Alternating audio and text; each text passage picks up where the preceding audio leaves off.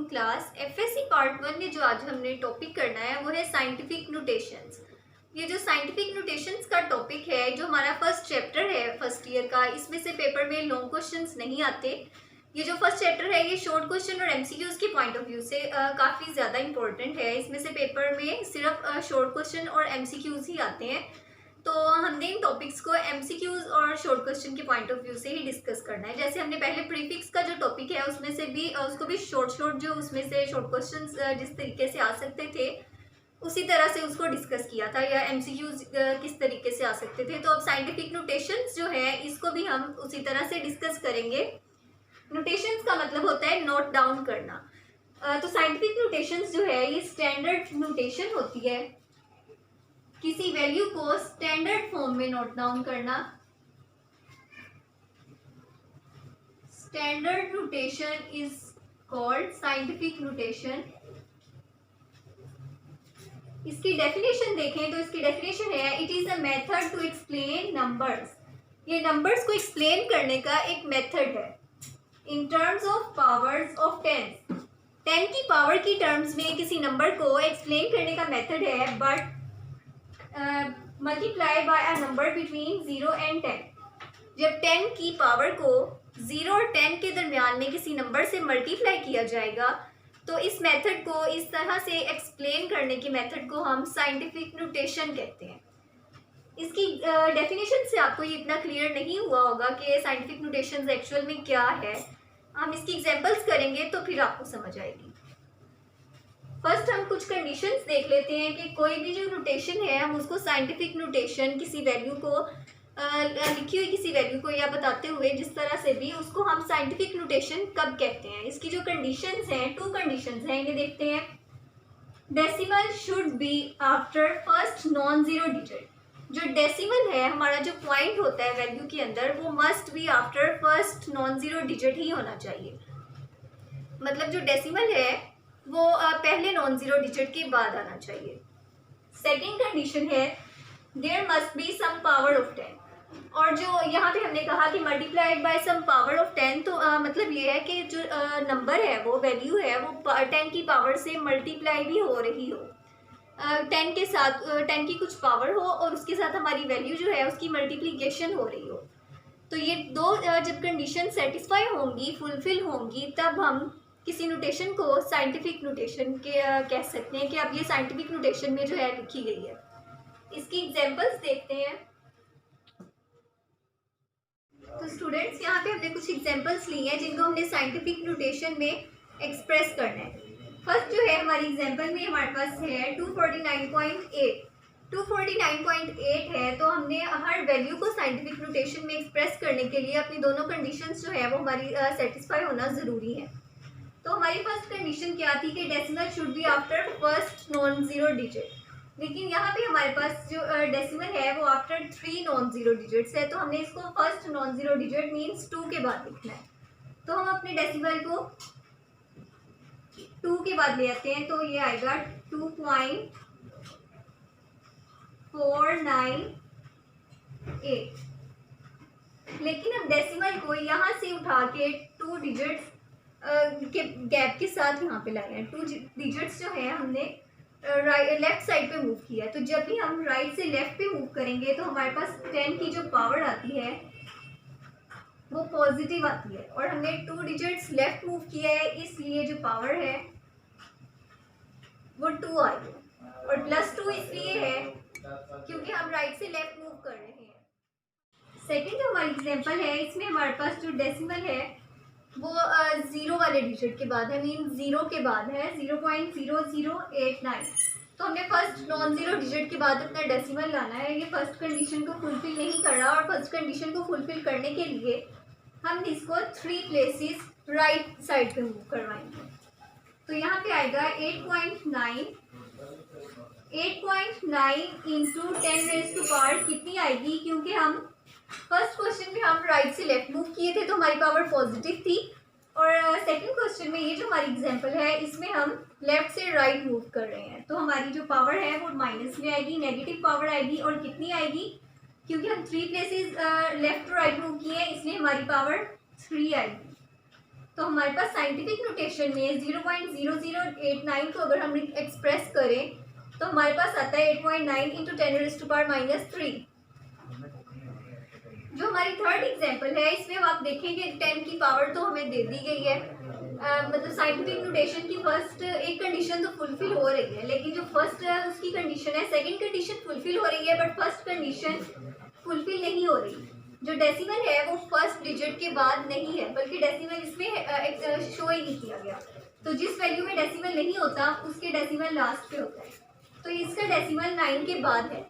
9 वाले डेसिमल को 9 से हम डेसिमल को यहाँ से जब फर्स्ट डिजिट के बाद लाएंगे तो हम 2 places right to left move करेंगे।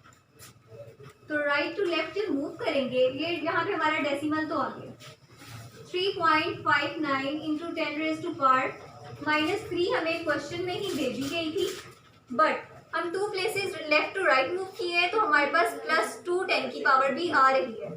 तो ये जो +2 10 की पावर है इसको हम यहाँ पे ही इसके साथ प्लस या माइनस जो भी होता होगा अकॉर्डिंग टू कंडीशन, यहाँ पे प्लस पावर है तो हम इसे ऐड कर रहे हैं, हमने उसको ऐड कर देना है। नीचे अब आएगा हमारे पास 3.5 और 10 की जो पावर है वो देखें कि -3 एंड +2 इज इक्वल्स टू -1। तो 10 की पावर आ जाएगी -1। ये हमारी साइंटिफिक नोटेशन जो है वो बन गई है। हमारे पास जो फोर्थ एग्जांपल है इसमें जो हमारा पॉइंट है वो तो फर्स्ट डिजिट के बाद ही है, लेकिन फिर भी हम इसे साइंटिफिक नोटेशन में एक्सप्रेस किया हुआ नहीं कह सकते। अब आप सोचेंगे कि जो डेसिमल है वो तो फर्स्ट डिजिट के बाद ही है, तो 10 की पावर क्या बनेगी? मतलब पहले तो हम डेसिमल को मूव करवा रहे थे तो हमने 10 की कुछ पावर बनाई थी, बट इस केस में हमने क्योंकि इसे साइंटिफिक नोटेशन में ही एक्सप्रेस करना है तो हमें इसे सम मल्टीपल ऑफ 10 ही बनाना है। तो यहाँ पे अगर हम 10 की पावर कर देते हैं 2.56 इंटू 10⁻�0।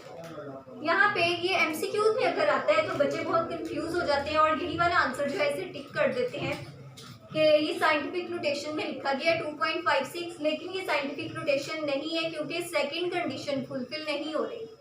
सेकंड कंडीशन के अकॉर्डिंग सब मल्टीपल ऑफ 10 होना ही चाहिए। तो यहाँ पे जब हमने मल्टीपल ऑफ 10 बनाना है तो हम 10 की पावर जो है ऐसे 0 लिखेंगे जो कि इक्वल होता है 1 के।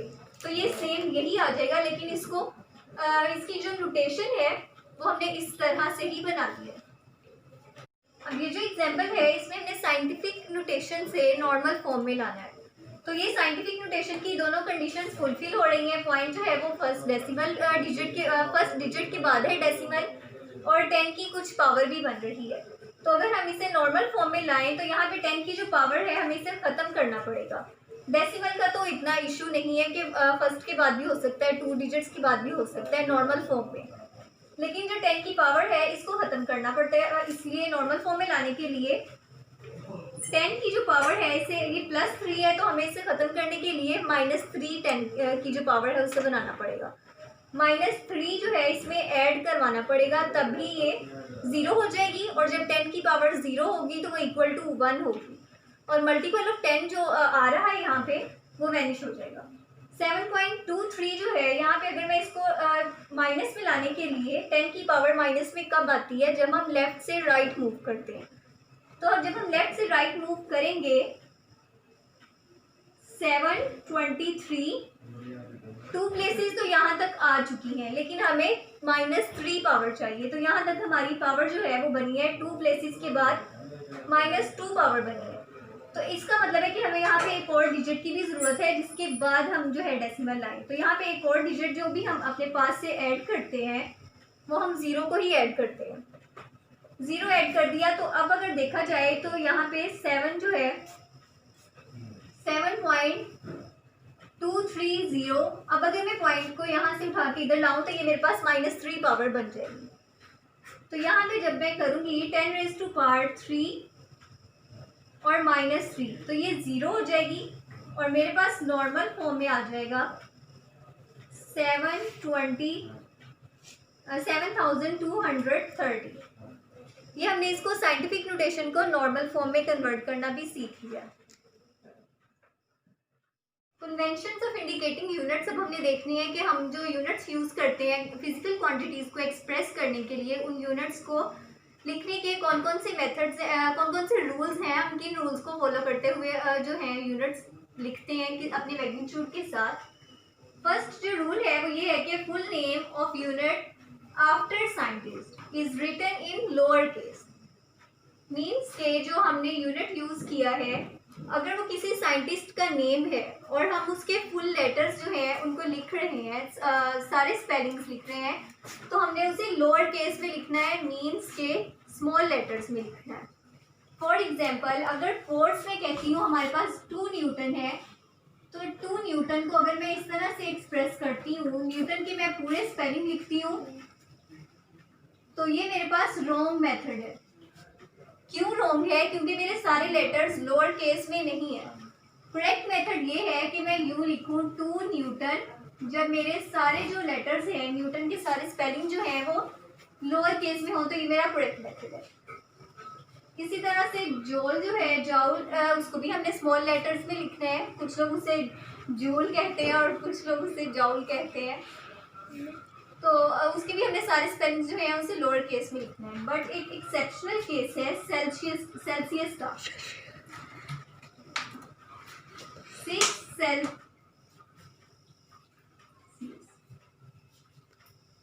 ये जो सेल्सियस का केस है, इसमें ये रूल फॉलो नहीं होता कि इसमें जो सी है ये हमने कैपिटल लेटर ही लिखना होता है। ये हमारा करेक्ट मेथड है। और अगर हम इसे इस तरह लिख दें, CE मीन सारे जो लेटर्स हैं उनको स्मॉल लेटर में मैं लिखूं, तो ये हमारा रॉन्ग मेथड है। सिर्फ ये एक ही हमारे पास एक्सेप्शनल केस है, बाकी सब में हमने ये रूल जो है इसे फॉलो करना है। सेकेंड रूल जो है, symbol of unit after name of scientist is written in capital letter. अगर हमने जो है सिंबल जो हमारा जो यूनिट है, अगर हमने वो साइंटिस्ट के नेम से ही है, मतलब न्यूटन अगर है तो मैं कह रही हूँ 6 न्यूटन ही फोर्स है, लेकिन मैं उसका जो उसके जो स्पेलिंग है वो मैं पूरे नहीं लिख रही, सिर्फ मैं सिंबल यूज़ कर रही हूँ, तो फिर हमने कैपिटल लेटर्स लिखनी है। फॉर एग्जांपल 3 न्यूटन फोर्स है, तो ये हमारा करेक्ट मेथड है। ऐसे नहीं लिख सकते 3 न्यूटन, स्मॉल लेटर वाला न्यूटन नहीं लिख सकते, अपर केस ही लिखना है। थर्ड जो रूल है वो है Plurals can't effect the symbol. ये तो आपको पता ही है कि ऐसा नहीं कहते अगर 1 न्यूटन फोर्स है तो हम इसको लिख दें 1 न्यूटन, और अगर 3 न्यूटन फोर्स है तो हम उसे लिख दें 3 न्यूटन्स।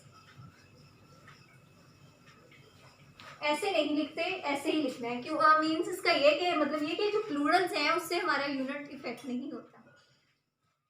जो हमारी कन्वेंशन है वो ये है कि there is always a space between numerical value and unit. Means जो हमारी न्यूमेरिकल वैल्यू है, मैग्नीट्यूड है, उसमें और हमारे यूनिट में एक मतलब एटलीस्ट 1 स्पेस होनी चाहिए।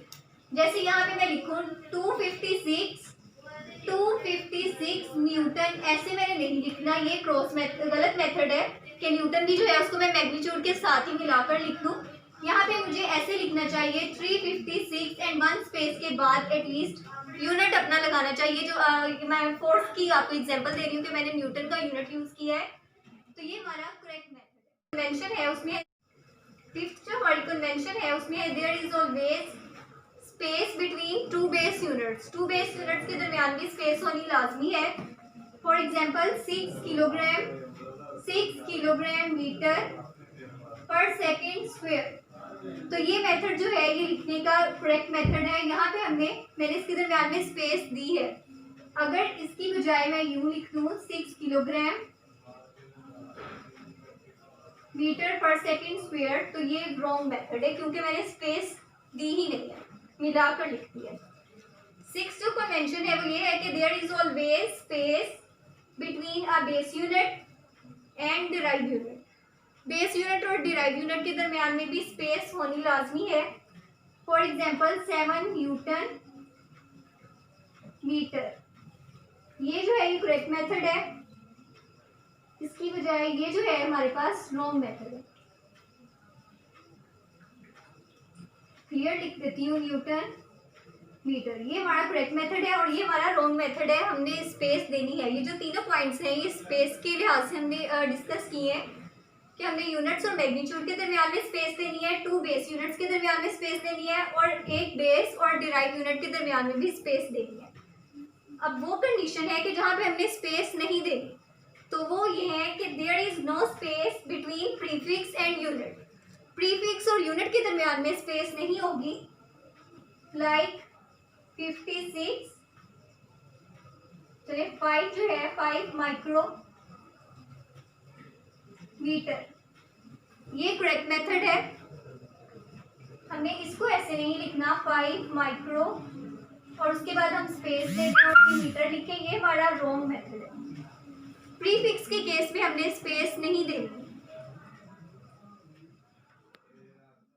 हमारी जो 8th कन्वेंशन है वो ये है कि multiple prefixes are not allowed.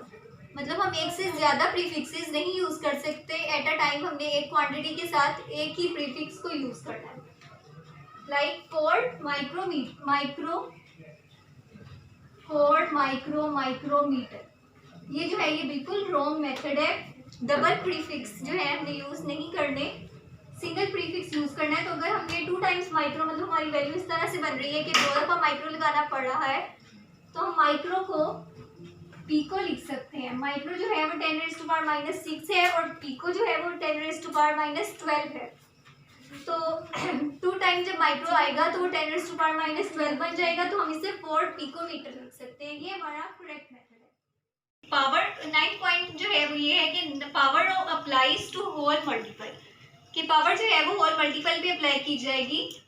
अगर यहाँ पे है हमारे पास 1 किलोमीटर और हम इसका स्क्वायर ले रहे हैं, इसकी पावर हम 2 ले रहे हैं, तो 1 का स्क्वायर लेंगे। अब स्टूडेंट्स क्या करते हैं कि स्क्वायर लेने के बाद मीटर के ऊपर बस स्क्वायर लगा देते हैं और किलो जो है वो इसी तरह से लिख देते हैं, लेकिन ये रॉन्ग है। इसका जो करेक्ट मेथड है वो ये है कि 1 किलो के ऊपर भी स्क्वायर आए और मीटर के ऊपर भी स्क्वायर आए। और मिस्टेक से अवॉइड करने के लिए हम ये कर सकते हैं कि हम किलो जो है ये प्रीफिक्स है तो हम इसको इसकी वैल्यू पुट कर दें 1 × 10⁻³ मीटर। जब हम इसका स्क्वायर लेंगे, पावर हमने 2 ली हुई है, तो जब हम इसका स्क्वायर लेंगे तो 1 का स्क्वायर तो 1 आ जाएगा और 10⁻³ जो है इसका स्क्वायर आएगा 10⁻6। तो ये जो है और मीटर के ऊपर जो है स्क्वायर आ जाएगा। तो ये हमारा करेक्ट मेथड है पावर लेने का। तो ये कन्वेंशंस है ऑफ इंडिकेटिंग यूनिट्स हमने डिस्कस कर ली हैं। ये टॉपिक यहाँ पे हम